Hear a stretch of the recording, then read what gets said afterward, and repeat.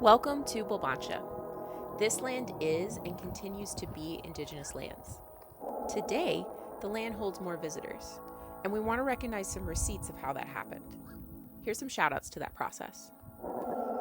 Shout out to the people who blew up the spot. Shout out to René Robert Cavalier Sieur de la Salle, a fur trader and ex-Jesuit missionary who went down to Venice, Louisiana in the crawfish season of 1683. He put up a cross and shot some guns for France. Shout out to France's boundless ability to build nations on complete trust when it's convenient, and stating that everything that came through the mouth of the Mississippi River belonged to Louis XIV's France because of La Salle.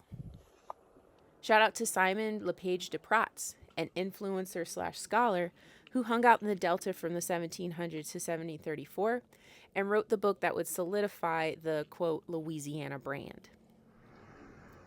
Shout out to the process which sought dispossession. Shout out to the brothers Pierre Lemoyne de Iberville and Jean-Baptiste Lemoyne de Bienville, who decided to post up in the Mardi Gras season of 1718 and just kind of live in the shared, seasonally flooded indigenous gathering area, which they rebranded as New Orleans after their sponsor. Shout out to Sir Chipard for having the caucasity to request that the whole city of Whiteapple, one of the largest indigenous settlements in the lower Mississippi Valley, to move because he wanted to plant more tobacco. He pushed the Natchez to rise up for #landback around Black Friday of 1729. Shout out to the Treaty of Paris in the Mardi Gras season of 1763, which hard-launched Spanish control over a bunch of French stuff. That stuff included, quote, everything which France possesses or ought to possess in the Mississippi River Valley. Shout out to the Treaty of San Ildefonso, schemed in oyster season of 1800, where Spain returned the indigenous lands branded as Louisiana to Napoleon Bonaparte.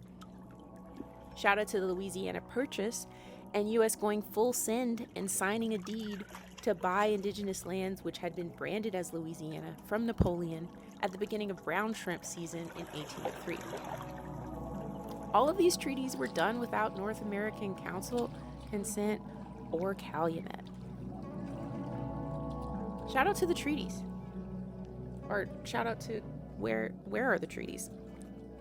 Shout out to how essentially having a smoke and a barbecue with some French couch surfers turned into European nations doing the laundry and occupying the land and resources stewarded by existing North American civilizations. Shout out to the Pan-Turtle Island practice of collective pipe smoking and discussion as a relational and renewed practice of diplomacy.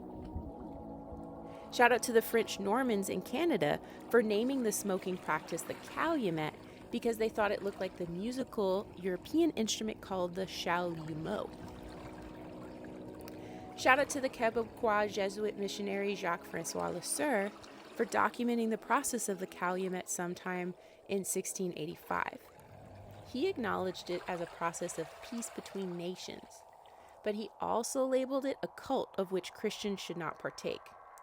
Thus, he pretty much said the whole continent's process of diplomacy was null to the Catholic Church.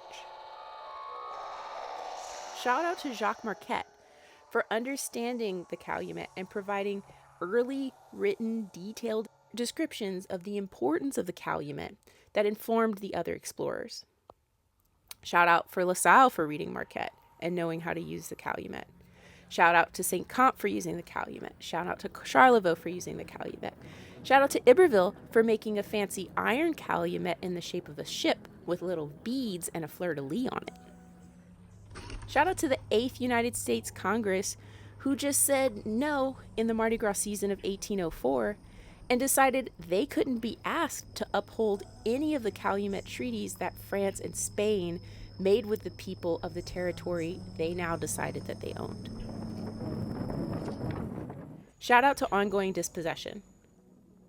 Shout out to Angola, aka Louisiana State Penitentiary, for posting up on an old Houma and Tunica village and perpetuating chattel slavery. Shout out to Louisiana Tax Code for having some of the lowest taxes on outgoing petrochemical trade, leading to the loss of land through industrial terraforming. Shout out to the planners who dream of the systematic removal of everyone and everything south of I-10 so the land could be exploited for further industrial uses. Shout out to the Quai Branly Museum in Paris for having stuff, but allowing the stuff to continue to be out of relation to the communities currently living in the Gulf South.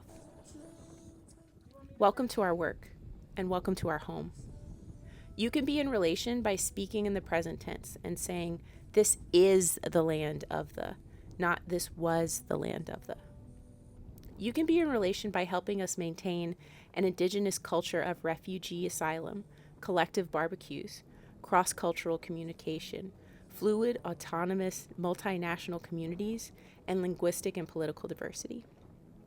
You can be in relation by knowing the past as it helps us build the present.